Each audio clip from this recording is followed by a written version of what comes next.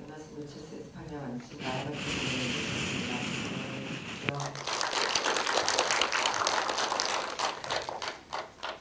네, 또 오늘이 서울에서의 마지막 일정이기도 해서 영화 상영 10일까지 이어지지만 한국 관객 여러분과 대화를 나눌 수 있는 이번에는 오늘이 마지막입니다. 그래서 방금 보신 두 편에 대해서도 궁금하신 점이 많으실 테고 이 특별전 기간 동안 상영된 모든 영화들에 대해서 같이 얘기 나눌 수 있는 시간이 되기를 바랍니다. 그러면 마지막 날이니까 먼저 또 감독님께서 특별히 관객들에게 인사하시고 싶은 말씀이 있을 것 같은데요. 감독님 인사 말 드린 걸로 얘기를 시작하도록 하겠습니다. Good afternoon, and thank you very much for coming to watch the film. And again, thank you very much to Kofa for organizing this program. 네, 그러면 아마 여러분께서도 궁금한 점들이 많으실 텐데 좀 이렇게 생각을 가다듬으시는 동안 제가 간단한 질문 몇 가지 감독님께 먼저 드리겠습니다. 죄송합니다. 제가 통역 듣는 걸 잊어버렸습니다. 인사 통역 부탁드립니다. 인사는 통역 안 해도 될 것 같아서. 그래도 간단하게 네, 아마 정말 여기 오게 돼서 너무 반갑고요. 네, 안녕하세요. 정말 이 오후에 영화를 보러 와주셔서 감사합니다. 그리고 이 모든 행사를 만들어주셔서 한국문화사회에 감사합니다. 간단히 말씀드렸습니다. 네, 저도 순간적으로 며칠 같이 얘기를 나누다 보니 통역 없이도 이해했다라는 생각에 뭔가 이렇게 텔레포트 비슷한 텔레포시가 나긴 합니다. 네, 그렇지만 계속 이제 통역을 거쳐야 되니까요. 약간 이 진행에 보통 우리말로만 하는 행사보다는 불편함이 있음을 이해를 해주시고요. 여러분들께서도 그러면 이제 본격적으로 얘기를 시작하도록 하겠습니다. 먼저 상영 순서대로 질문을 좀 드려볼게요. 먼저 필리핀 군도에서의 복싱에 대해서 간략하게 말씀을 좀 드렸으면 좋겠는데요. 필리핀 군도에서의 복싱이라는 제목을 이렇게 보고 저도 제일 먼저 생각이 든 게 그렇다면 한국에서의 혹은 한반도 남쪽에서의 복싱은 어땠을까를 잠깐 생각을 하게 됐습니다. 또 여기에 여러 관객들, 여러 세대들이 계셔서 기억들이 다 다르겠지만 저는 70년대 초반생인데 그때는 한국에서 구기 종목 인기기 전 시절에 이를테면 홍수환 씨가 7.8기를 세계 챔피언이 되고 그 뒤에 박찬희, 김태식, 장정구 이런 세계 챔피언들이 있어서 챔피언 매치를 하면 전 국민이 텔레비전을 통해서 어디서 미국에서든 어디서든 중계되는 것을 15라운드를 하루 종일 다 같이 보고 다운이 되거나 KO가 일어나면 최근에 월드컵 때 골을 넣으면 온 동네에서 다 호합을 지르듯이 그런 식으로 이렇게 버트를 보았던 기억이 납니다. 근데 82년에 전두환 정권 아래서 프로야구가 창단되고 또 그 뒤에 프로축구나 이런 것들이 생기고 올림픽을 보게 되고 그러고 나서는 주로 구기 종목으로 인기가 더 넘어갔던 것 같은데 그 전에는 최초로 한국이 올림픽에서 메달을 딴 것도 76년 몬트리올 올림픽 때 양정모 씨가 레슬링에서 땄다라고 했었고 그 전에는 격투기 종목들이 굉장히 인기였고 그래서 권투를 전 국민이 이렇게 중계를 아주 열심히 거의 시청률이 100%에 가깝게 어마어마하게 보던 기억이 생생한데 특별히 장정구 선수 같은 사람의 라이벌 로페즈라는 필리핀 권투 영웅이었고 그런 것들이 기억이 아직도 생생한데 한국에서의 복싱은 그랬었던 기억이 있고 지금은 비인기 종목이 되었지만 필리핀에서의 권투는 현재 어떤 모습인지 얘기를 들려주실 수 있을까요?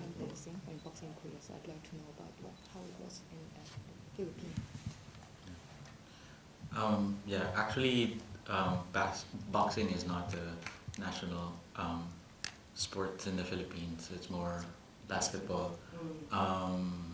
we're very American. You can find in the plaza, you can find in each plaza in each town, you have basketball courts, and everyone grew up playing basketball. I don't play basketball, but in the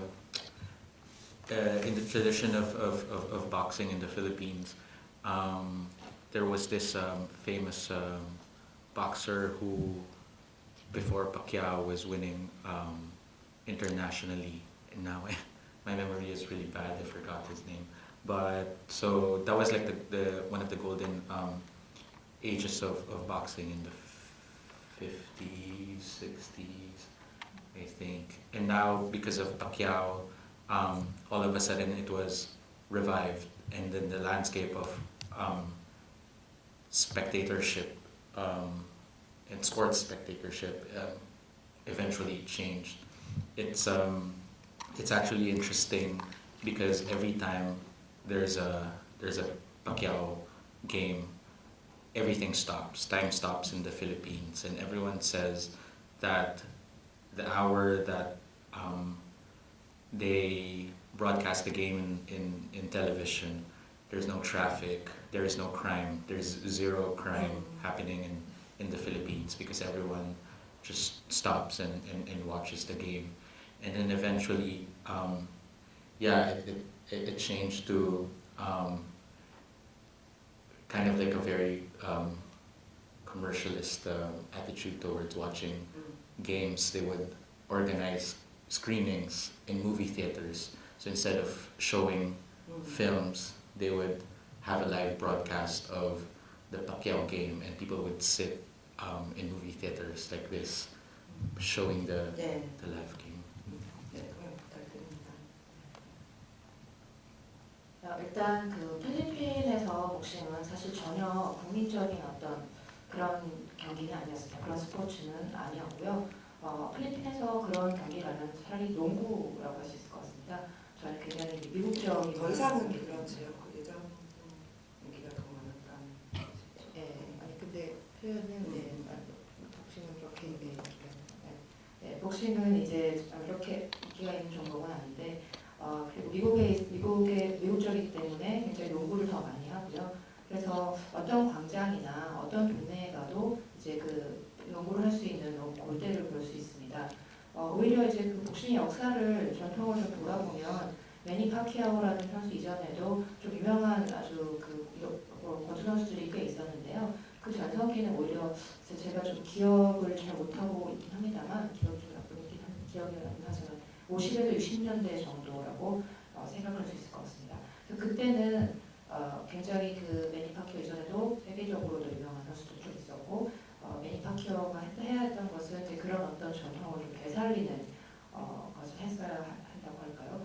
그래서 그러면서 이 복싱을 좀 더 많은 사람들이 관람할 수 있는 어떤 그 관람의 문화 자체를 이제 바꿔놓는 것. 그게 이제 매니 파키아오와 함께 벌어진 일이었습니다. 그래서 흥미로운 거는 이 파키아오의 경기가 있을 때마다 정말 그 모든 게 다 멈췄는데요. 시간도 멈추고 방송 프로그램도 심지어 방송 멈추고 그리고 거리에는 정말 사람들이 거의 없이 비어 있고 그리고 범죄도 거의 하나도 일어나지 않는다라고 할 만큼 모든 것이 멈췄다고 할 수 있고요. 이러한 상황 현상은 결국 그 아주 상업적인 방향으로 바뀌게 되는데요. 극장에서 예를 들어 매니 파키아오의 경기를 극장에서 영화를 상영하는 것이 아니라 그 경기를 방송하면서 그것을 함께 보고 즐기는 그런 현상까지 발생을 하면서 그렇게 관람의 문화가 바뀌었습니다. 네. I just wanted to add, now thinking boxing is also kind of rooted in this idea of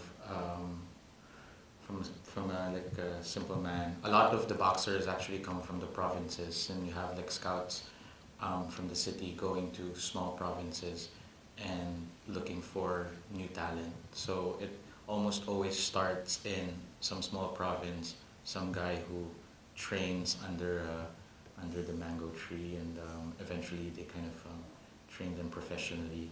So there's this, I guess there's this fantasy of the idea of kind of being like from rags to riches story. The boxer from the 50s also had the same story as Manny Pacquiao, who before he started, he just didn't have any money, was sleeping, went to Manila, was just sleeping in parks and was working washing dishes in the restaurant before he became a professional boxer. So it's also kind of has a parallel story about working hard for like a certain dream and becoming famous and rich and succeeding in life.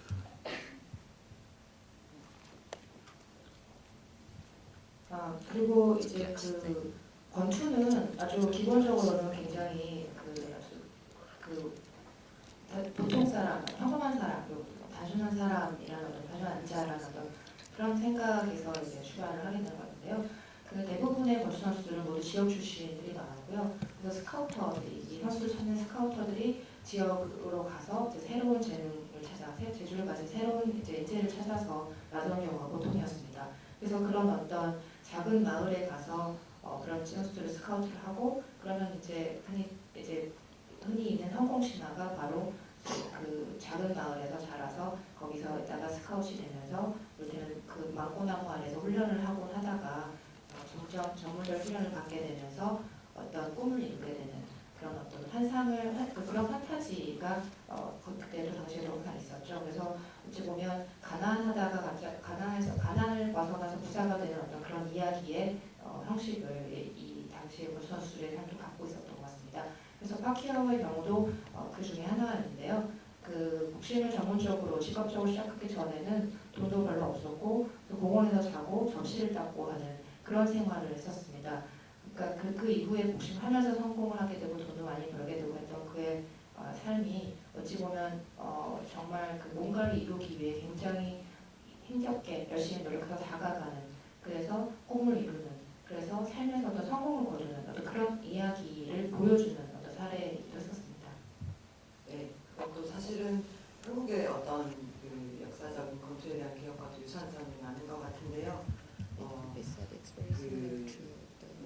꼭 권투가 아니라 그 전에 60년대 김일 레슬링 선수가 경기할 때도 모든 한국의 수도 사용량 마저 멈추고 길에 사람들도 안 다니고 그랬다는 전설이 계속 전두환 정권에서 이렇게 국제적으로 야구, 축구, 배구, 농구 이런 것들을 육성하기 이전에는 계속 권투 시합의 어떤 그런 신화가 계속 이어져 왔었던 것 같고요. 그런 것들을 저도 매니 파키아오 경기처럼 그러한 전 나라가 모든 숨을 멈추고 경기를 바라보는 경험, 그런 것들을 했던 세대이고, 한편으로는 또 말씀하신 것처럼 어떤 경기 스포츠 상업화 그런 것들을 최근에 2002년 월드컵 이후에 또 저희가 목도한 경험이 있는데요. 2002년에서 2006년 사이에 일어나는 A매치 축구 경기를 멀티플렉스 극장에서 중계를 하고 돈을 받는다든지 그런 것들을 보았지만, 또 최근 월드컵에서는 그것을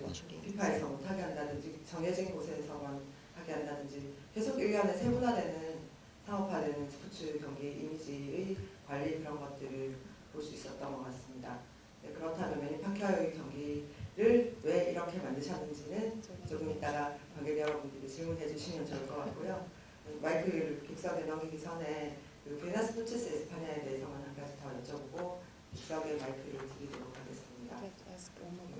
베나스 노체스 에스파냐는 여러분들도 보시다시피 그 스페인과 그 식민지였던 필리핀에서 일어난 공관이동에 대한 서문이라는 중간 자막이 들어가 있기 때문에 아마도 어제 보셨던 이야기 테일즈라는 그 단편 말고는 여기서 처음 찍으신 것이지만 사실은 왜 스페인에서 굳이 찍으셨는지는 아마 보신 여러분들도 짐작되는 바가 있으실 텐데, 그래도 이렇게 처음에는 몇 군데 그냥 돌아다니는 듯이 나오다가 구체적으로 지명이 나오는 거는 그 빌바오 미술관, 쇼윈도의 빌바오 미술관이라고 써있기 때문에 빌바오에 갔다라는 걸 알 수가 있었고, 또 마지막에 보면 또 다른 공간이 나오는데 절벽이 깎여있고 공사하는 듯한 그 암벽이 있고 흐려져 있는 물인데, 거기서는 앞서의 장면들과 달리 계속 굉장히 꽉 짜인 듯한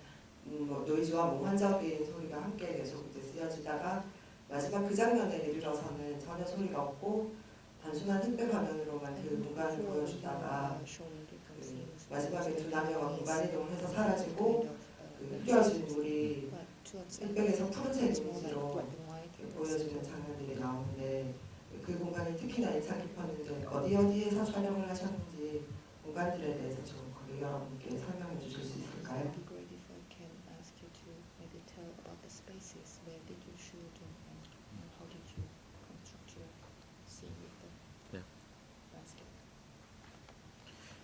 Um, yeah, it's quite a spontaneous film. I was coming back and forth to Spain recently, just to hang out, just to spend time with friends, just to talk to people and then see places. And originally, I really wanted to do a road trip, but and then we looked at other places, different scenic places, quite touristic, quite special, quite photogenic. But that didn't work out. So I went to Madrid. I was originally staying in Barcelona, and then I went to Madrid and hung out with different people and hung out with the actor in the film. And we started talking about drugs and the idea of having a road trip and stuff. And one of the cinematographer, who is one of my favorite actually experimental filmmakers, and Before his story, Yeah, first sure. 이렇게 편하게 이렇게 잘라가면서 하겠습니다. no, just in general. 네, 사실 이 영화는 굉장히 좀 즉흥적으로 시작이 되었는데요. 그 당시에 저는 영화를 찍기 직전에 스페인을 왔다 갔다 하면서 자주 스페인을 갈 일이 좀 많았었습니다. 친구들하고 어울리기도 하고 뭐 얘기하고 구경 다니고 이제 그러던 때였는데요. 그래서 원래는 좀 여러 군데를 돌아다니는 로드 트립을 갈까 하다가 좀 길에서 다니는 장기 여행을 할까 하다가 그래서 이렇게 뭐 어디가 경치가 좋고 어디가 사진 찍기 좋고 이런 어떤 장면들, 그러니까 그런 광경들에 대해서 계속 생각을 했었는데 그리고 그러지는 못했고요. 그래서 바르셀로나에 원래 있었는데 바르셀로나에 있다가 마드리드로 일단 가게 되면서 영화 속에서 보신 그 배우인 그 친구와 함께 또 많은 시간을 보내게 됐습니다. 그렇게 시간을 보내다가 저희가 이제 뭐 마약에 대한 얘기도 하고 그 마약이 주는 어떤 의식의 여행에 대한 얘기도 하고 이제 그런 얘기를 하게 됐고요. So the cinematographer of the film, Victor, he's one of my favorite experimental filmmakers. Works in the underground scene in Bilbao, and I've been hanging out with a lot of these underground independent filmmakers and film people. And then we started talking about the Basque Country, where Bilbao is one of the provinces in the region. And I found it quite special that within Spain there's a un-Spanish region, which is, as you might already know, the Basque Country is a how do you say it? Like there's a strong resistance to a separatist movement to kind of move away from the country, like the Catalans.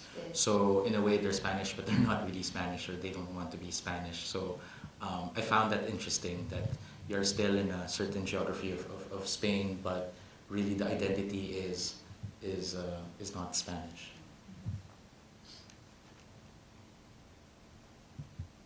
그렇게 저희 촬영, 그 당시에 저희 촬영 감독인 픽토르 같은 경우는 이제 제가 참 가장 좋아하는 실험 영화 감독이기도 한데요. 그 굉장히 실험 감독이다 보니까 언더그라운드나 독립 영화 쪽 감독들을 많이 알았고 이제 그들과 또 어울려서 얘기를 하다가 이제 바스크 지방에 대한 이야기를 하게 됐습니다. 빌바오가 이제 바스크에 있는 곳이고 그러다 보니까 이 바스크라는 지역은 사실 스페인하는 굉장히 특별한 곳인 게 스페인 안에 전혀 스페인적이지 않은 그런 지역이 있다는 게 굉장히 좀 특별하다는 생각이 들었습니다. 왜냐하면 바스크 지역에서는 전체 이제 스페인에서 독립하고자 하는데 강렬한 저항이 있기도 하고요, 카탈루냐. 그리고 이제 정말 우리는 스페인이고 싶지 않다라고 하는 어떤 아주 강렬한 바람들이 있기 때문에 그런 점에서 굉장히 흥미롭다라는 생각을 일단 했습니다. 네, 그리고 마지막 그 장면 가까이 그 절벽과 부서진 암석들이 많이 나오고 그 두 남녀가 손잡고 이제 사라지는 장면에서 흐린 물이 이제 푸른색으로 변하는 그 무성으로 나오는 백 장면들은 어디서 찍으셨는지. And I'd like to know where, maybe you can add where you shoot the one of the last scene, where there was 예, this 궁금하신 동안 and 잠깐 these rocks 구현을 하자면 fall 그 down, 빌바오 and 미술관이 whether these two 바로 그 바스크 주에 있는 are 불이동이 disappearing. 중심지였고 지금 미술관이나 이런 관광지로 유명하지만 그 이태리라는 불이동이 운동 조직이 활동하는 동안은 굉장히 그 독립을 위한 폭탄 테러, 무장 투쟁 그런 것이 많이 일어났던 도시이기도 합니다. Yeah, the location for the last shot actually came quite magically. I had some ideas that I wanted to shoot at the beach, I wanted to shoot in nature, I wanted to shoot in the museum, and then but we still haven't found a place where they actually do the teleportation. And then so Victor, the cinematographer, says, I have a great idea. There's this abandoned, in Espanol it's a cantera, like an abandoned mine, not mining, like an abandoned mining site. It's an abandoned mining site, and then I've seen some pictures that he made like a year or 2 years before with some friends.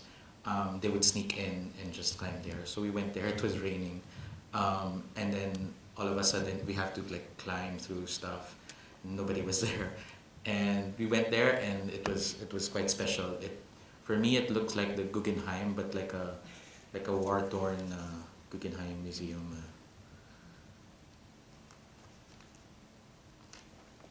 네, 마지막 장면 같은 경우에는 마지막 장면 찍은 곳은 정말 무슨 마법의 인간처럼 이렇게 만나게 되는데요. 그 전까지 이제 해변에서 찍고 싶다, 자연을 찍고 싶다, 박물관을 찍고 싶다 해서 막 찍다가 실제로 이 사람들 다 사라지는 그 텔레포트라는 지역은 어디였을까? 이제 그걸 찍을 만한 어딜까는 이제 못 찾았는데 이제 저랑 같이 작업을 했던 친구 하나가 그러면 좀 폐광 사이트, 폐광 지역 같은 폐광 분위기가 나는 어떤 곳이 있는데 거기 한번 가보자. 이제 그 친구는 그 이전에 또 한 2년쯤 전에 다른 친구가 거기 갔었다라고 거기 갔었는데 지금 비가 왔고요. 또 갑자기 거기 갔더니 들어가니까 이것저것 쌓여 있는 것들을 헤치면서 이제 기어 올라가는 상황도 벌어졌고 아무도 없었고 정말 그런 곳이었는데 저한테는 마치 이제 구겐하임 미술관 같은 어떤 그런 느낌이었습니다. 그것도 전쟁에 찍힐 대로 찍히는 구겐하임 같은 어떤 그런 느낌이었습니다. 네, 비가 구변하는 미술관 유명하죠. 그러면 이번에는 객석에서 좀 궁금하신 점이 많으실 것 같은데요. 영화도 2편이고 7시에 다음 상영이 있어서 사실은 아주 많은 시간이 주어진 건 아니고 오늘이 마지막이기 때문에 현관상께 궁금한 점 있으면 질문해 주시고 그럼 감상을 같이 나누셔도 좋겠습니다. 마이크가 준비되어 있으니까 손을 들어주시면 마이크가 가도록 하겠습니다. 여기 앞에 질문 주셨는데요.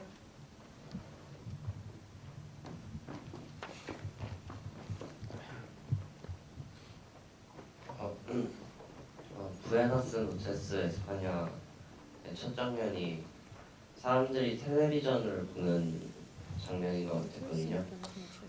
그 이후에 나오는 그 왜곡된 이미지나 사운드들은 텔레비전 시대의 이미지나 사운드라고 생각하시는 건지 궁금합니다.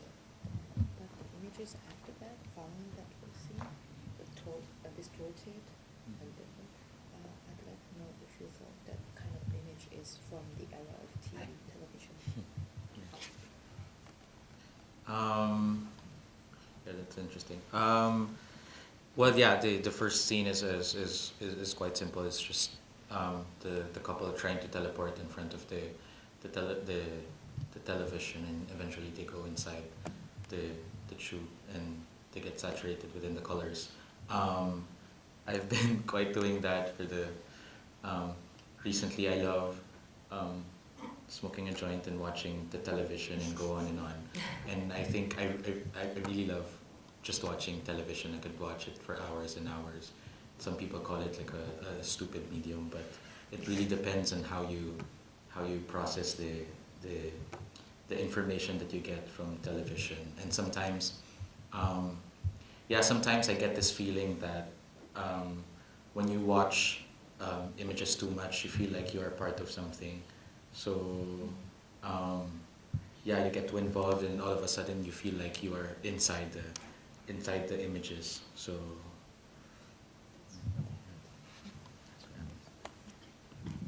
사실 그 첫 장면은 일단 단순하게 시작하죠. 그러니까 그 TV 속으로 TV를 보다가 TV 속으로 이제 텔레포트를 하고 싶어하는 하려던 이렇게 하고 이제 그렇게 되는 이 사람들이고요. 근데 이게 요즘에 최근에 제가 좀 그런데 뭐냐면 그 가끔 이렇게 대마초를 피우고 이제 텔레비전을 보는 거를 좀 즐기는 편입니다. 그래서 이렇게 TV를 보고 있으면 그 TV가 정말 계속 보고 또 보고 해도 하루에 몇 시간씩 정말 끝까지 볼 수 있을 것 같은 그런 기분이거든요. 물론 TV가 아주 어리석은 매체다, 바보 같은 매체다라고 하기도 하지만 사실 결국은 TV에서 보는 어떤 TV가 전달하는 어떤 정보, 시각 정보를 포함한 모든 그 다양한 정보를 어떻게 받아들이고 소화하느냐에 따라서 달라질 수도 있지 않을까 생각합니다. 그래서 이미지를 왜 너무 많이 보다 보면 마치 그 일부가 되는 것 같은 느낌이 들 때가 있는데요. 그래서 정말로 그 안에 들어갈 수 있을 것 같고 그 안에 들어간 듯한 느낌, 그런 것들을 담아나갈 수 있습니다. 답이 되셨나요? 네, 또 궁금한 점 있으시면 손 들어주시고요. 없으신가요? 네, 이쪽 왼쪽 끝에 손 들어주시면 돼요.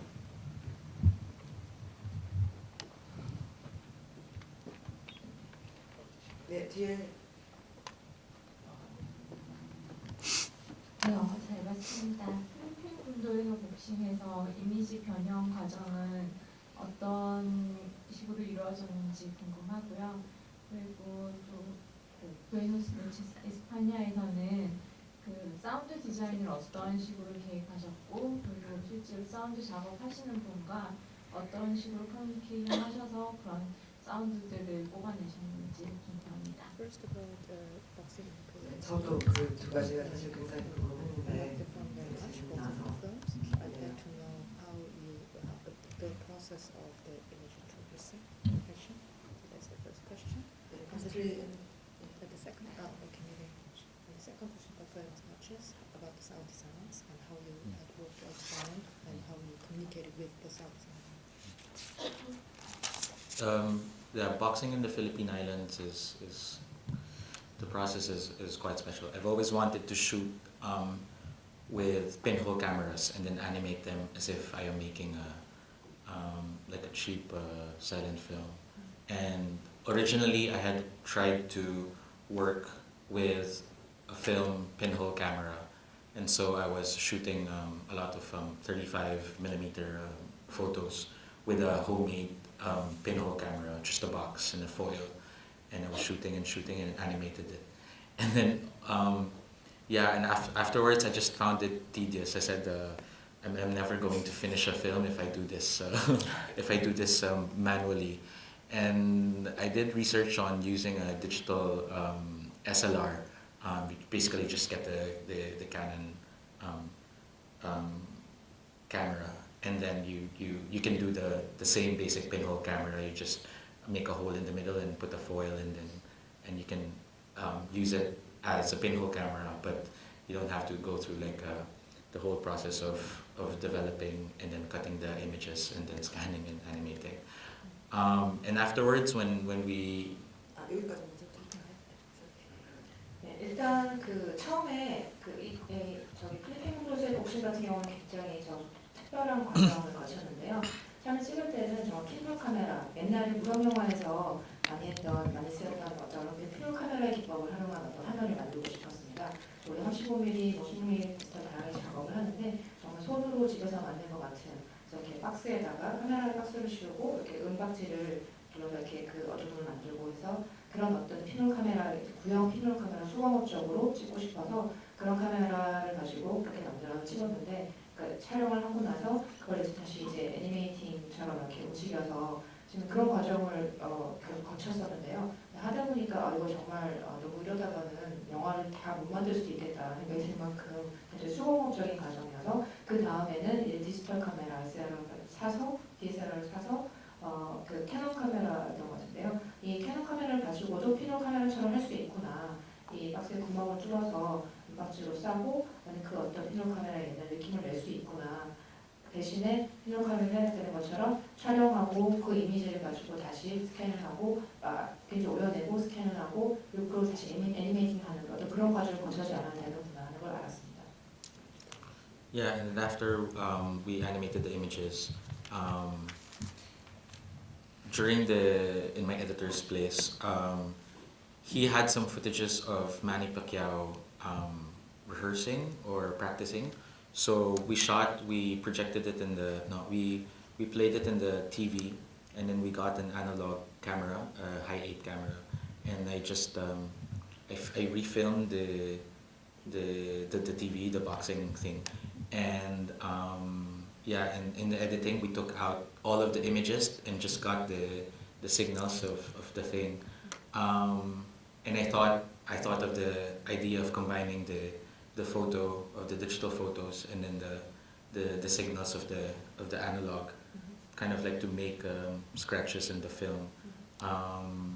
So yeah, because the digital photos were too clean, so I was finding ways to make it look like an old photo, but with new old touch. yeah. Sorry, did I steal you? Yeah. 그리고 그 약간 애니메이션처럼 촬영 과정에 대해서 말씀드리자면 그 매니 파키아오, 그 저랑 같이 협업한 감독이 매니 파키아오의 그 복식 경기 영상을 갖고 있었는데요. 이렇게 연습하고 이렇게 훈련하고 하는 장면들. 그걸 이제 TV에 틀어놓고 이제 아날로그 카메라, 하이8 카메라로 실제 컨트롤하는 장면을 이제 촬영을 다시 했습니다. 그걸 한 다음에 이제 편집 과정에서는 이제 그 옛날 TV에서 보는 어떤 그 주파수 같은 그 아날로그의 느낌의 그 신호, 그 신호 같은 어떤 것들을 그러니까 나머지는 다 이제 지우고 그것만 남겨놓은 상태에서 이 디지털로 촬영한 어떤 것들과 그 시그널을 합치면서 마치 그 아주 깨끗한 디지털 사진은 굉장히 깨끗하니까 디지털로 촬영한 분량은 그 깨끗한 것에 이렇게 일부러 이렇게 아날로그 같은 스크래치를 아날로그의 어떤 자국을 넘기는 것 같은 그런 느낌입니다. 마치 옛날 사진의 어떤 느낌을 약간 주기도 하고요. 혹은 새로운 사진인데 뭔가 이제 아주 새로운 사진에 새롭게 옛날 같은 어떤 터치를 가한, 손질을 가한 그런 어떤 느낌 영상을 만들고 싶었습니다. 네, 그리고 브루노 스티치스 사운드 The sound design. The music for Buenas Noches España, the music and the sound design is made by two of my good friends. One of them I knew even before I started making films, so we were sharing. It was a time when I think it was before Napster, when everyone was still downloading films, so we would chat with each other and say download this kind of music. So basically kind of grew up like sharing and learning about music. So we already have that relationship about music and what kind of rhythm we like to listen to and work with. And yeah, for the movie, originally I wanted to work with just cartoon sounds, how in like the Hanna-Barbera films have these like cartoon sounds.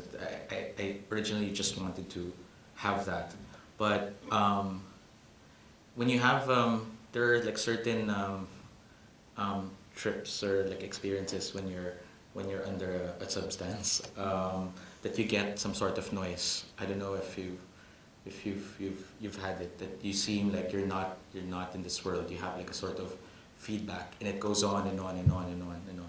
So yeah, we talked about this, the sound that you hear when you are under influence of drugs, and to try to recreate that, but also have the dimension of kind of like being in the television or watching television.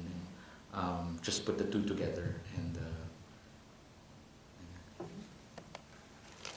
네, 오늘은 사실 어제 김경욱 감독님이랑 양일 이런 거 많이 하셔서 오늘은 그좀 빨끄러우니까 안 나오기를 바랬는데 그래서 여기 나와서 얘기가 나오는 거 농담이고요. 예, 네. 그 음악에 관해서는요. 그 음악과 그 사운드를 함께한 친구 이제 저랑 굉장히 이제 친한 친구가 있는데요. 그 중에 이제 한 친구는 특히 영화 전부터 이제 알던 친구라서 영화 하기 전부터 굉장히 자연스럽게 영화 하기 이전부터 알던 친구인데 아마도 그 넵스터 아시죠? 음악 다운로드를 받는 넵스터가 이제 넵스터가 나오기도 이전에 친했던 친구고 그러면서 서로 이렇게 채팅을 하면서 어디서 뭘 다운받으면 좋다, 어떤 음악이 좋다 해서 음악을 공유하면서 친해진 사이입니다. 굉장히 오랫동안 친한 친구고요. 그러니까 어느 정도 음악에 대해서는 이미 서로 많이 공유가 돼 있고 얘기가 돼 있는 상황이고요. 그래서 영화를 찍으면서 어떤 리듬을 우리가 듣고 어떻게 작업을 할까 이걸 얘기를 이제 하게 되는데요. 사실 처음에는 시작할 때는 좀 이렇게 완전 정말 만화적인 사운드로 가고 싶다는 생각을 했었습니다. 그 하나와보라 스튜디오에서 만드는 애니메이션 같은 정말 그런 만화 사운드를 아예 만들고 싶었는데요. 근데 또 그러다가 생각을 해보니까 그 외 일종의 여행 같은 외식의 여행이라고 표현하는 그러니까 어떤 물질의 영향 아래에 있을 때 굉장히 그때는 이제 평소에 듣지 못하는 식의 소음을 듣기도 하고 그리고 마치 이 세상에 이 세상과 내가 내가 세상으로부터 피드백을 잘 못 받는 것 같은 그런 느낌의 그 소리가 정확히 그렇게 들리지 않는다. 소리가 그렇게 들리는 어떤 경험을 이제 마약의 영향을 아래서는 가끔 하게 되는데요. 그래서 좀 그런 어떤 기분을 좀 다시 한번 여기서 이 영화에서 좀 재창조를 해보자 하는 거가 하나가 있었고요. 또 하나는 이제 TV를 보는 것과 TV 안에 있는 것 같은 어떤 느낌, 그 느낌을 영화 사운드 표현해보자는 거고 그렇게 사운드 작업을 했습니다. 네, 실제로 그 둘이서 앉아서 뛰어내릴 때 뿅 하는 소리는 정말 텍스 에버리 애니메이션 느낌이 들었던 것 같고요. 답변이 좀 하신지요? 괜찮으신가요? 또 질문 있으시면 손들어 주시고요. 잠시 또 생각하시는 동안 그러면 제가 다들 궁금할 건 한 가지를 여쭤보겠습니다. 그 브루노스 노체스 에스파냐의 박물관실에서 그 두 사람이 거의 이제 밖으로 나가기 전에 마지막으로 보는 그림 세 점이 이젤리에 올려져 있는 그림 세 점이 있는데 하나는 생상을 하시는 여자분들, 하나는 또 가운데 침대 위에 누워 있는 여자와 아래에 쓰러져 있는 여자, 또 마지막에 두 남자가 이렇게 그 같은 것을 겨냥하고 있는 세 점의 그림이 있는데 그 그림을 보고 그 여자 주인공은 나중에 그 집에 누워 있고 아래에 누워 있는 여자를 보고 울기도 하고 굉장히 주인공들도 열심히 그 그림을 보고 영화의 카메라도 그 그림들을 열심히 탐색을 하는데 그 그림들이 어떤 그림인지 좀 설명해 주실 수 있을까요?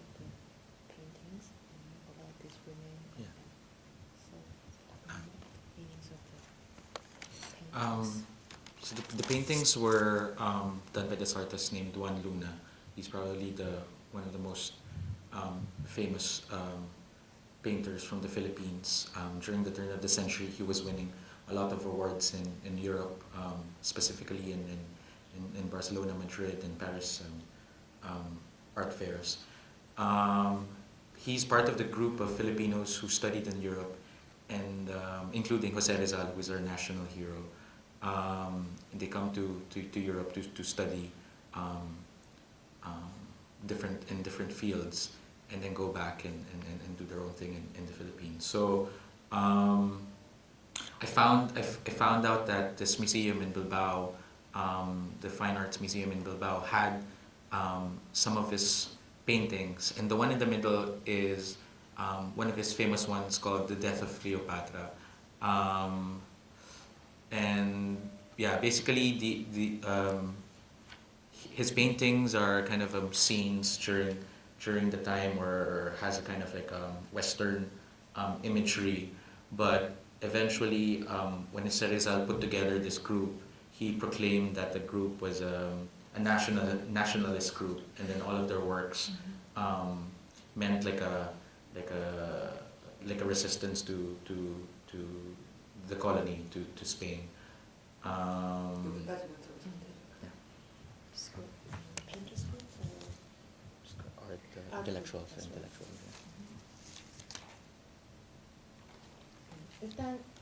일단 그 그림들은요. 일단 그 그림들은요, 그 후안 루나라는 필리핀에서 가장 많이 알려진, 필리핀 출신으로는 많이 알려진 화가의 그림인데요.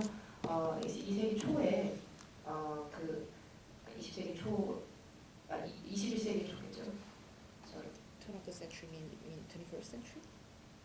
Yeah, no, 20th century. 20세기 초에 굉장히 이렇게 바르셀로나라든지 마드리드라든지 이런 데서 그 미술 박람회 같은 곳에서 굉장히 이제 많은 주목을 받았던 필리핀 출신으로서 유럽에서 굉장히 많은 주목을 받았던 작가입니다. 그 국민영웅 호세리자도 마찬가지고요. 그리고 이 둘 다 보면은 공통점은 각각 다른 나라, 특히 유럽 쪽에서 공부를 하고 돌아와서 유학하면서 필리핀에서 적극적 활동을 했다는 것이 아마 공통점일 것 같은데요. 그 밀바오 미술관에서 보게 된 그 그림 중에 하나는 클레오파트라의 죽음이라는 그림입니다. 근데 이 후안루나의 그림 같은 경우에는 굉장히 어떤 좀 시대성을 갖고 있기도 하고 또 아주 서구적인 어떤 이미지의 조형을 갖고 있다는 점에서 댓글 평가를 많이 듣기도 했는데요. 정작 이 후안루나가 그 예술가 그룹을 발상을 했을 때는 민족주의적인 예술가 그룹이라고 스스로 선언을 하면서 아주 그 어떤 식민지의 격렬함에 저항한 어떤 태도를 취하게 됐습니다. Yeah, and also thought it's interesting that these paintings are owned and are still in outside of the Philippines instead of getting back in. It's not just with paintings, but it also happens, I think, in films. A lot of our copies are stored outside or owned by collectors or institutions outside, and they never want to give it back to the Philippines for fear of damaging or destroying. 그리고 그러면서 이 후안루나의 그림 거의 대부분이 이제 필리핀 바깥에 있다라는 사실이 참 또 흥미로운데요.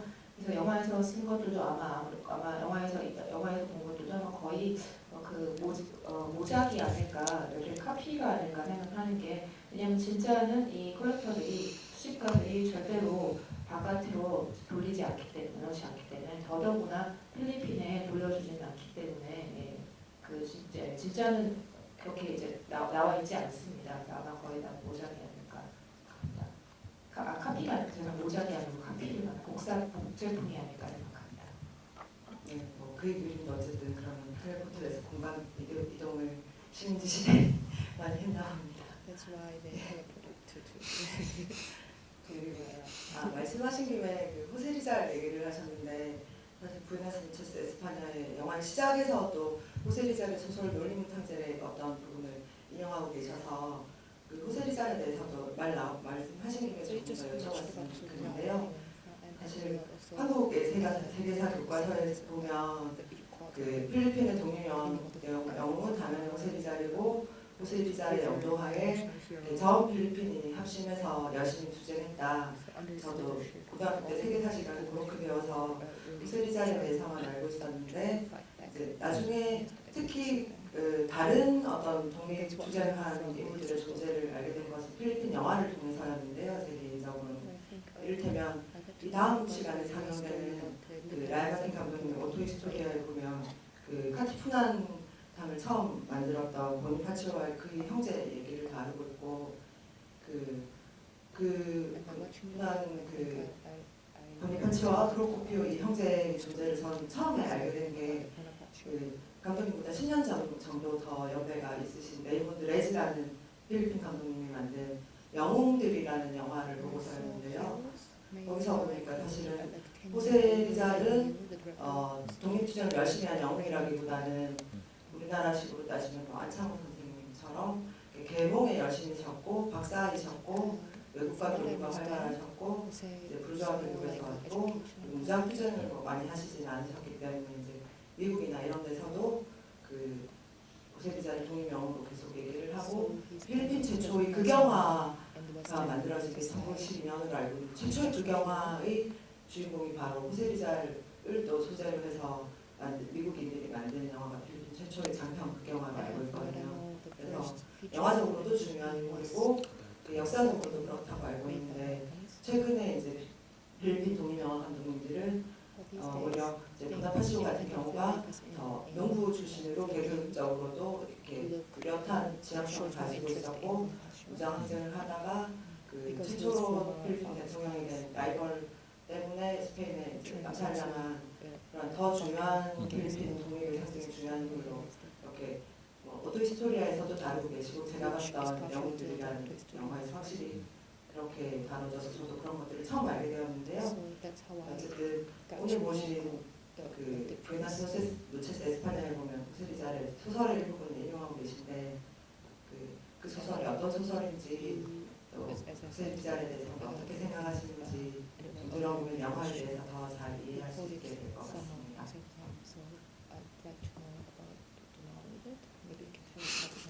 A little bit, not very complex.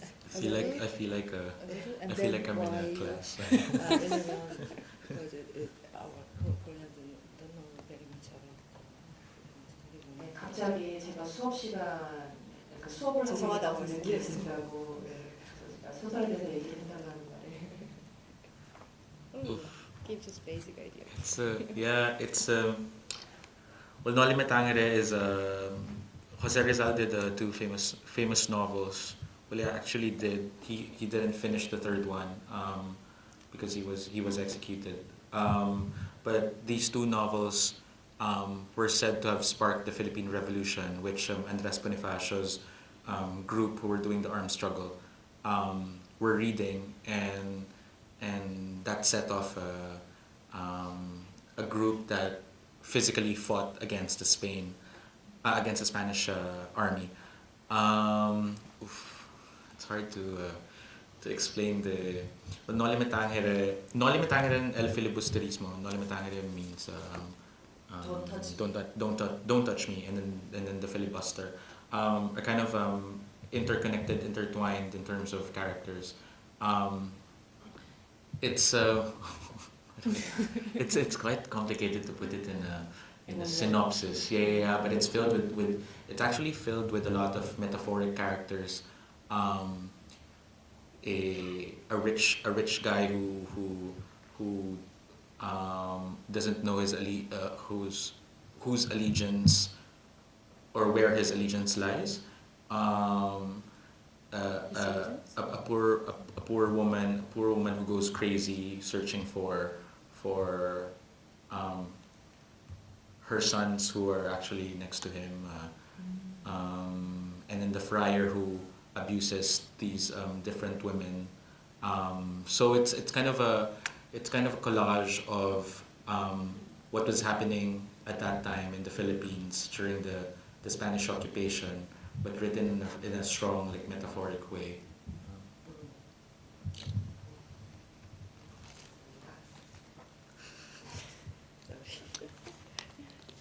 이거 한국에 안 나와 있죠, 이 제목이. 아마도 안 나올 것 같아요. 네.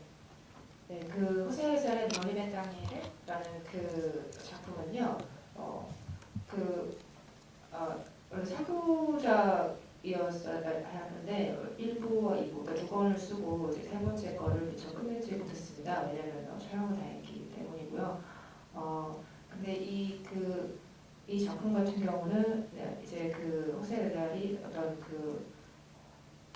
몸으로 투쟁을 하는, 유체적 투쟁을 하는 사람이 아니었지만, 그럼에도 이 책이 굉장히 어찌 보면 필리핀의 혁명에 어떤 불꽃을 붙인 어떤 그런 작품이다라는 평가를 받고 있고요. 반면에 이제 보나파시오 같은 인물은 굉장히 실제로 무장 투쟁에 앞장을 섰던, 정말로 몸으로 육체적으로 그 스페인 군대와 함께 부딪혀가며 싸웠던 어떤 그런 존재를 할 수 있을 것 같습니다. 그 책의 아까 말씀드린 너니 땅에라고 책의 제목은 Don't touch me, 그러니까 손대지 마라, 나를 건드리지 마라라고 해석을 해볼 수 있을 것 같은데요. 굉장히 그 인물들과 사건들이 서로 상호 연결돼 있고 교묘하게 수주날주처럼 이렇게 엮여 있는 또 그런 구성을 갖고 있습니다. 그게 정말 시놉시스로 줄거리로 한마디로 정리하기가 굉장히 어렵고요. 사실 좀 굉장히 은유적인 캐릭터들이 많이 등장한다고 할 수 있을 것 같습니다. 굉장히 자신이 찾고 있는 유산이 어디에 있는가를 계속해서 모르고 있는 그런 아주 부자인 남자가 나오고요. 또 아주 가난한 남자, 정말 아들을 찾고자 거의 절망적으로 아들을 찾지만 바로 옆에 있는 아들을 찾지 못하는 가난한 여인이 나오기도 하고요. 굉장히 여러 다른 여성들을 학대하는 수도승이 나오기도 합니다. 그래서 어떤 의미에서는 그 인물들이 각각 다른 차원에서 그 필리핀에서 벌어지고 있는 당대의 현 상황을 어떤 필리핀의 모습을 연유적으로 보여주는 캐릭터라고 할 수 있을 것 같습니다.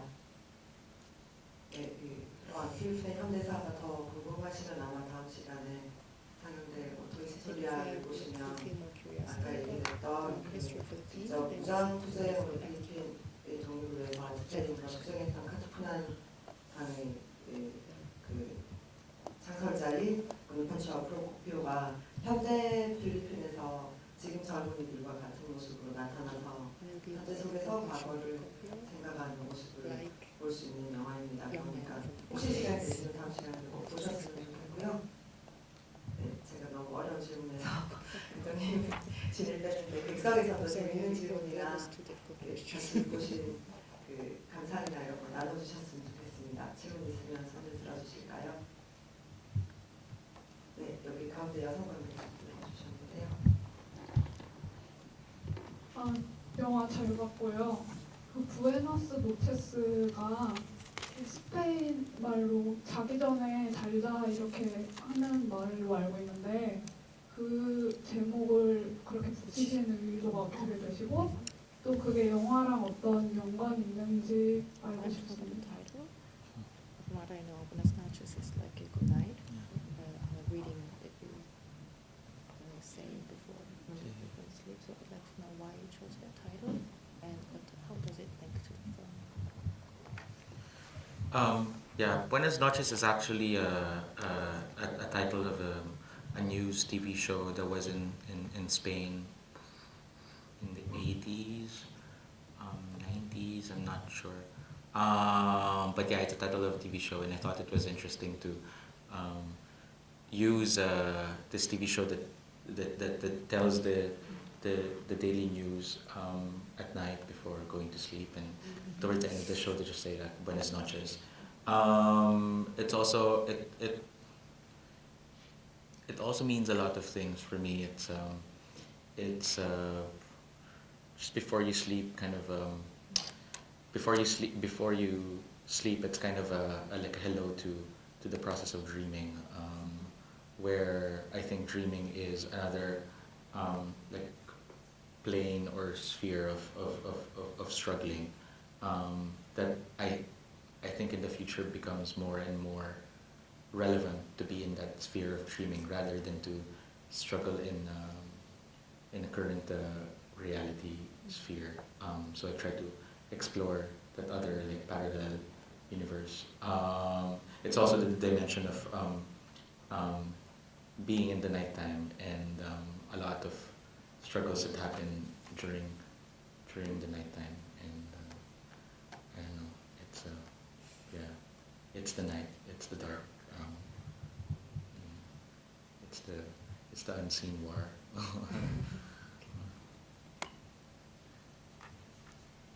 네, 우선 부에노스 노체스는 그 80년대인가 90년대인가 그 저희 필리핀에서 했었던 그 타이틀 뉴스 쇼의 타이틀 제목이었는데요. 좀 흥미롭다 생각했던 게 그 왜 하루 종일 어떤 낮에 있었던 어떤 뉴스를 자기 전에 밤에 부에노스 노체스라고 하면서 얘기를 할까 하는 게 좀 흥미롭다고 생각을 했었습니다. 어제 TV를 볼 때요. 사실 자기 전이라는 것은 거의 뭐랄까요? 말하자면 꿈꾸는 과정으로 들어갈 때 가면서 어떤 인사를 시작하는 안녕 하고 이제 꿈을 꾸는 과정으로 들어가는 어떤 그런 과정이라고 할 수 있을 것 같은데요. 자기 전에.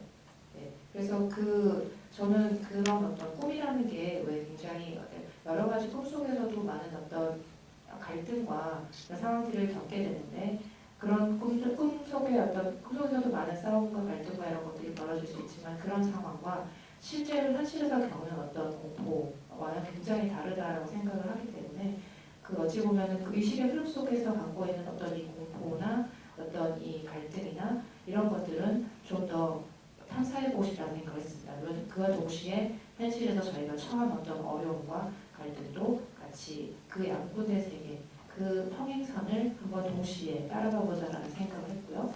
그래서 꼭 각각 다른 차원에서 어떤 갈등을 보여줄 수 있지 않을까 하는 생각을 했고요. 그리고 이 모든 게 또 밤에 많은 어떤 사건들이 벌어지기도 하고요. 네, 그리고 그 밤, 그 어두움, 그 볼 수 없는 혹은 보이지 않는 세계에 대한 것, 네, 그런 것들이 제목을 짓게 되 영향을 끼치게 된 것 같습니다. 좋은 질문이셨던 것 같습니다. 그런 프로그램이 있다라는 것을 알지 못했으면 제목을 일반적으로 해석을 했을 텐데요. 뭐 MBC 모닝쇼의 반대 지점이랄까 그런 것이 있었기 때문에 아까 또 텔레비전 이미지랑 연관해서 질문하신 It 것과 looks like 연결되는 그 텔레비전 주제 이런 것에 대해서 더 생각할 수 있게 된 것 같습니다. NBC Morning 네. Live. 또 질문 있으시면 네, 저기 좀 들어주셔야 하고요.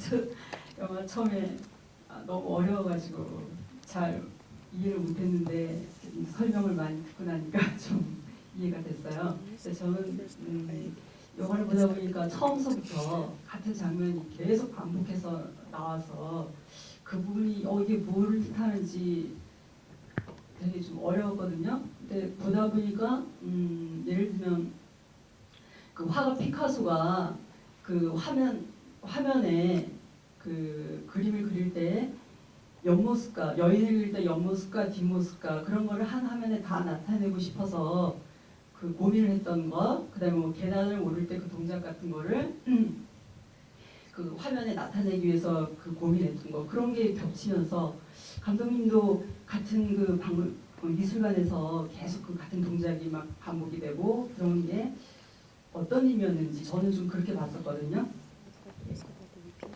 scenes. Because I thought first it was a bit difficult and overwhelming to understand, but after listening to you, it becomes more and more clear.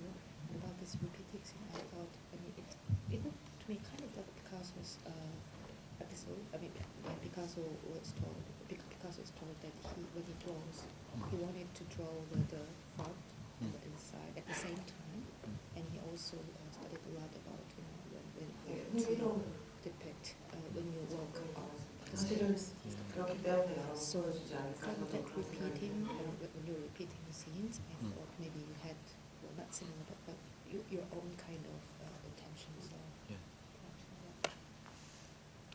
perhaps, Yeah, the loops, the repetitions in the editing is kind of like a basic in experimental or avant-garde cinema. There's a strong tradition of loops in experimental cinema, even way back. And I remember in school the basic idea of experimental filmmaking is around making repetitions or loops.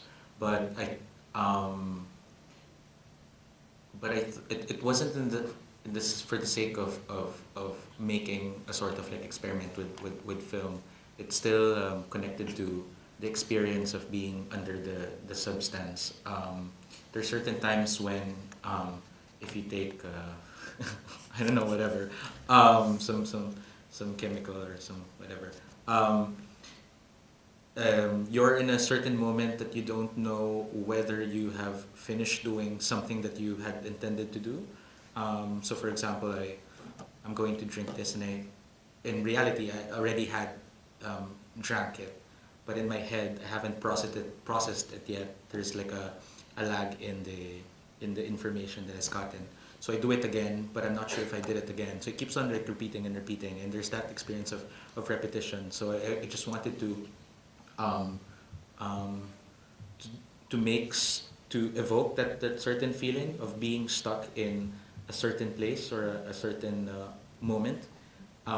So when we were shooting the film, I would try to ask the actors to, for example, like do the same thing again.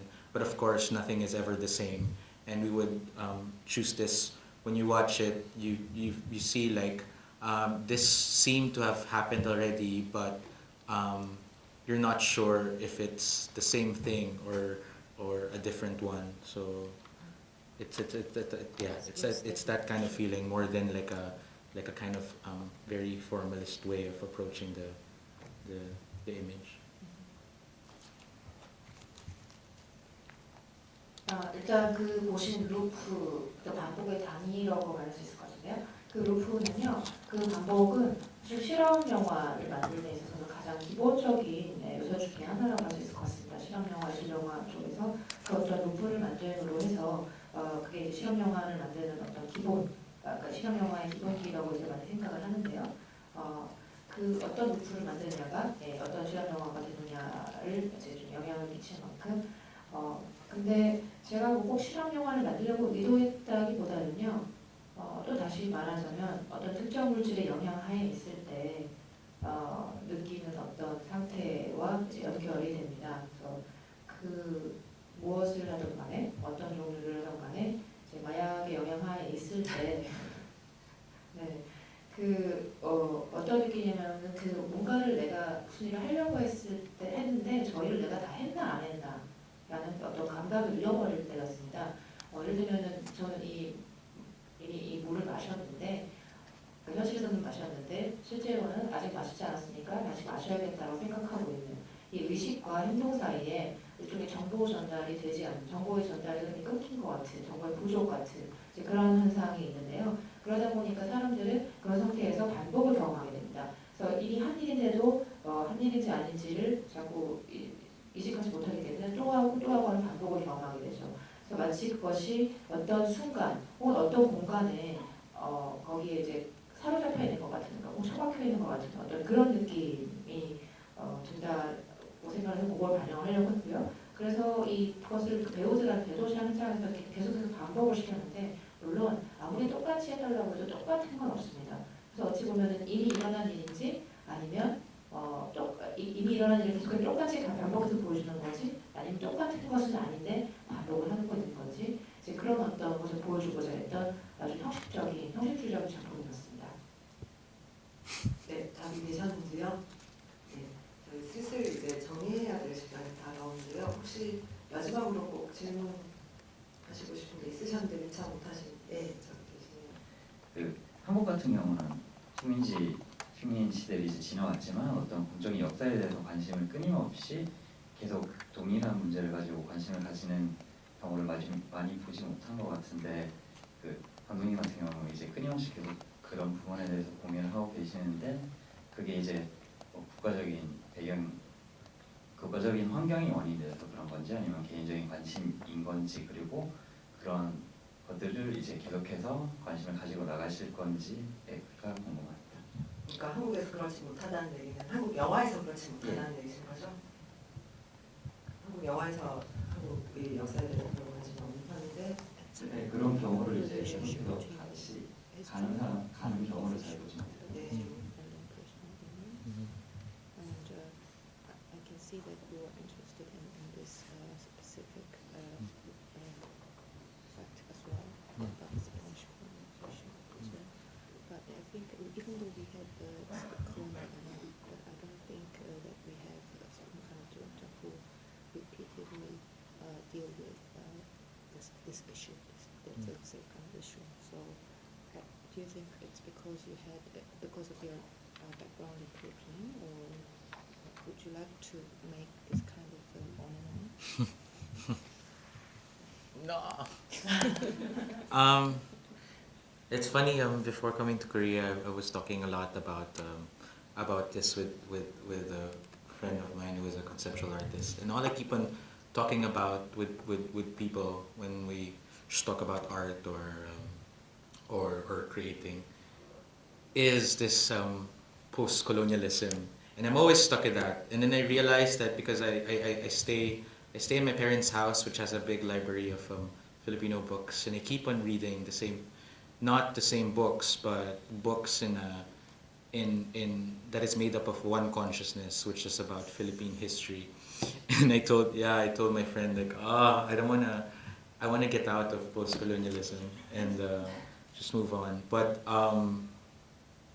I was born into that, and it really is what makes me. And as much as I try to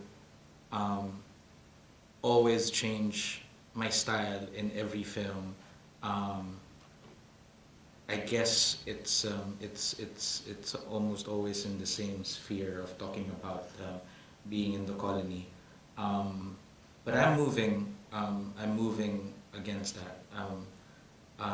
I guess maybe consciously because I've reached a point that I'm getting bored talking about history. But now I'm thinking, what else can you talk about? Love, sex, drugs, 네. rock and roll. 재밌는 주제로 돌아왔습니다. Yeah. So,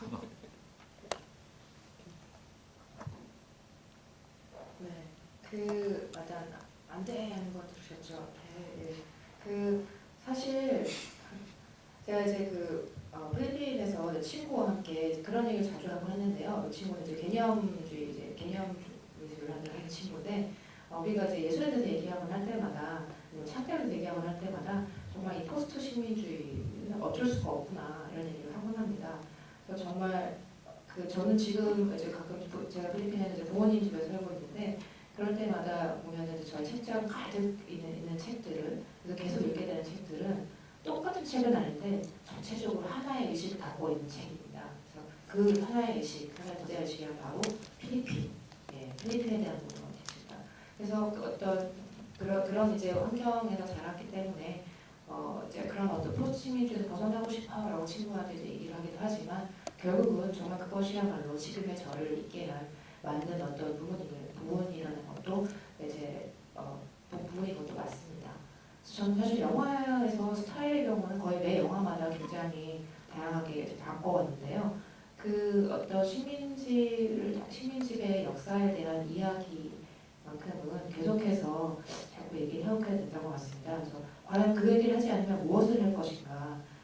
그래서 다음 영화쯤에 이제는 조금씩 좀 다른 것에 관심이, 다른 얘기를 해보고 싶다는 생각이 들기 시작하는데요.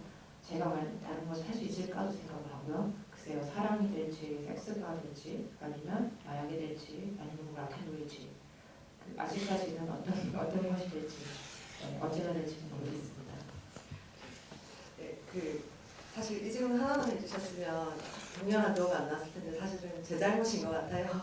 그 전에 소설과 이제 그림에 대해서 너무 그런 것을 많이 물어봐서 이제 또 물어보는구나 했던 것 같고. Maybe it wasn't my 네. question. Maybe 그러나 I didn't 또 지금 다음 작품 얘기가 나오니까 저는 또 이번 작품과 연결을 해서 뭔가 역사적으로 연결이 되지 않을까 하는 생각이 많이 들었는데, 어제 지구에 참석하신 김경욱 감독과의 비난을 참석하신 관객들도 들으셨겠지만, 차기작 프로젝트에 멕시코에 가서 액션 활극을 찍으시는 프로젝트가 있다고 하더라고요.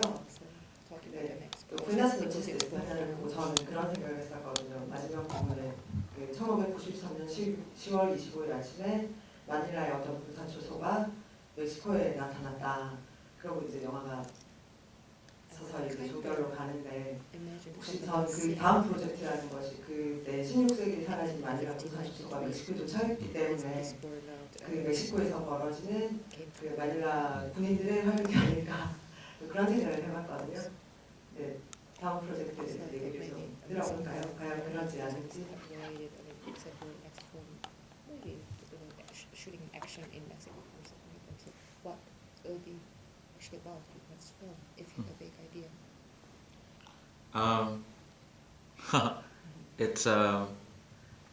It's action, drama, sci-fi, romance, maybe a little comedy. But it's super genre. Like I want to play a lot with the genre. It's especially action. I think it's a dying genre. Not a lot of people are doing action anymore. I guess because it's expensive to do it. But it's about a rebel who comes back to his family and he finds that it's not the same anymore, and he tries to deal with it. And there's a lot of action in the film. I've been watching rewatching a lot of Michael Mann's films lately, and I really love the original Miami Vice TV series as well. So yeah, I'm super excited to shoot it in Mexico. Yeah, so it's another different film. Yeah, we're working on a title now called New Spain, but I find it boring. New Spain. New Spain. 네, 그 저희 새 작품은요, 글쎄 뭐 액션과 드라마 그리고 SF 그리고 로맨스 그리고 코미디가 또 약간 섞인 아무튼 정말 완전 장르 영화가 될 것 같은데요. 그 중에서도 이제 액션 영화를 만들고 싶습니다. 장르를 갖고 굉장히 놀아보고 싶다는 생각을 했고요.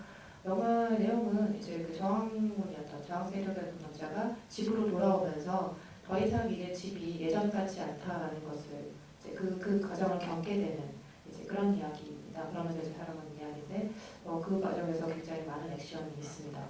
최근에 제가 마이클만의 영화를 아주 다시 즐겨보고 있는데요. 정말 마이클만의 영화 좋아하기도 하고요. 그리고 그 옛날 원래 오리지널 TV 시리즈 마이애미 바이스 같은 TV 시리즈를 좋아했기 때문에 아마 굉장히 넘치는 액션으로 재밌게 찍을 수 있지 않을까. 굉장히 멕시코에서 더더구나 이렇게 장르 영화를 강한 장르 영화를 찍을 수 있다는 것을 굉장히 즐겁게 생각하고 기대하고 있습니다.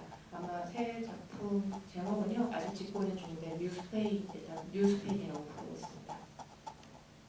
네, 아주 기대가 되는 프로젝트인데요.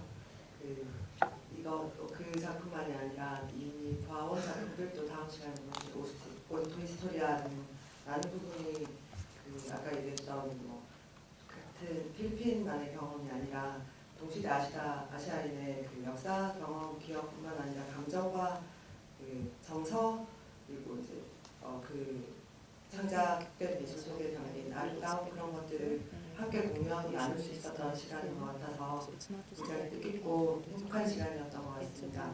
아마 관객 여러분들도 그러셨으리라고 믿고요.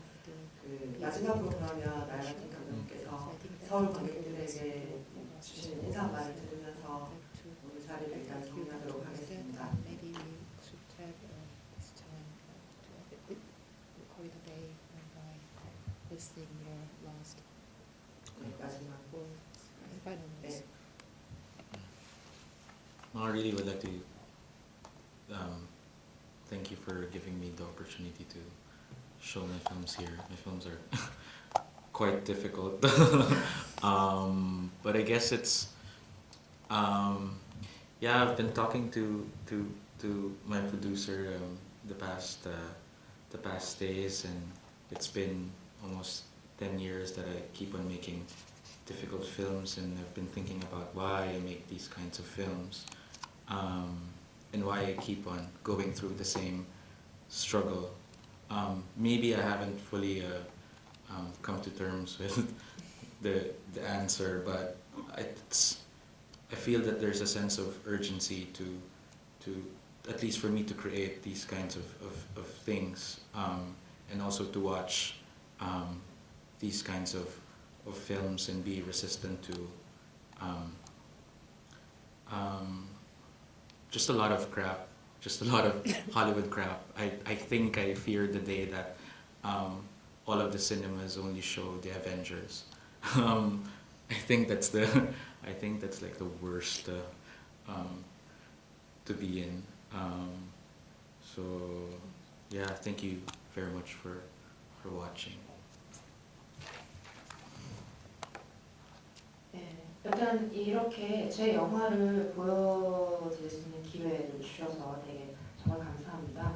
사실 제 영화가 좀 힘든데요, 어렵고 힘드는데요. 예전에 저희 같이 저와 함께 이제 프로듀서랑도 그런 얘기를 한 적이 있습니다. 왜 이렇게 어렵게 어려운 영화를 만들까? 그러니까 왜 이런 영화를 만들고 왜 계속 만들고 그래서 왜 똑같은 싸움을 이 싸움을 반복하고 있을까? 이런 할 때마다 힘든 싸움을 반복할 수 있을까? 아직 그 질문에 대해서 완전한 결론에 이른 건 아닙니다만 아마도 저는 이런 종류의 영화를 창조해내고 창작하고 이런 영화를 만들고 해서 그 세상에 지금 있는 한마디로 엄청나게 많은 쓰레기, 목숨을 할리우드 쓰레기 포함해서 그런 것들에 좀 약간 다른 저항을 하고자 하는 게 아닌가. 왜냐하면 언젠가는 정말 할리우드 어벤져 이런 영화만 극장에 어벤져만 다 걸리는 그런 날이 올지도 모르네요. 그야말로 정말 저희 악몽 같은 상황이기 때문입니다. 네, 그러면 헐리우드 어벤져에 계속 뭔가 어깨운력이 있는 영화를 만드실 수 있도록 다시 한번 저희가 야마틴 감독님께 박수를 부탁드립니다. 다음 to give him the strength to fight against Avengers. 그러면 그 다음 상영되는 오토리 스토리아도 많이 보시고요. 오늘 통역해주신 황혜진 씨께도 감사드리고 야마틴 감독님 안녕히 돌아가시기 바랍니다. 감사합니다.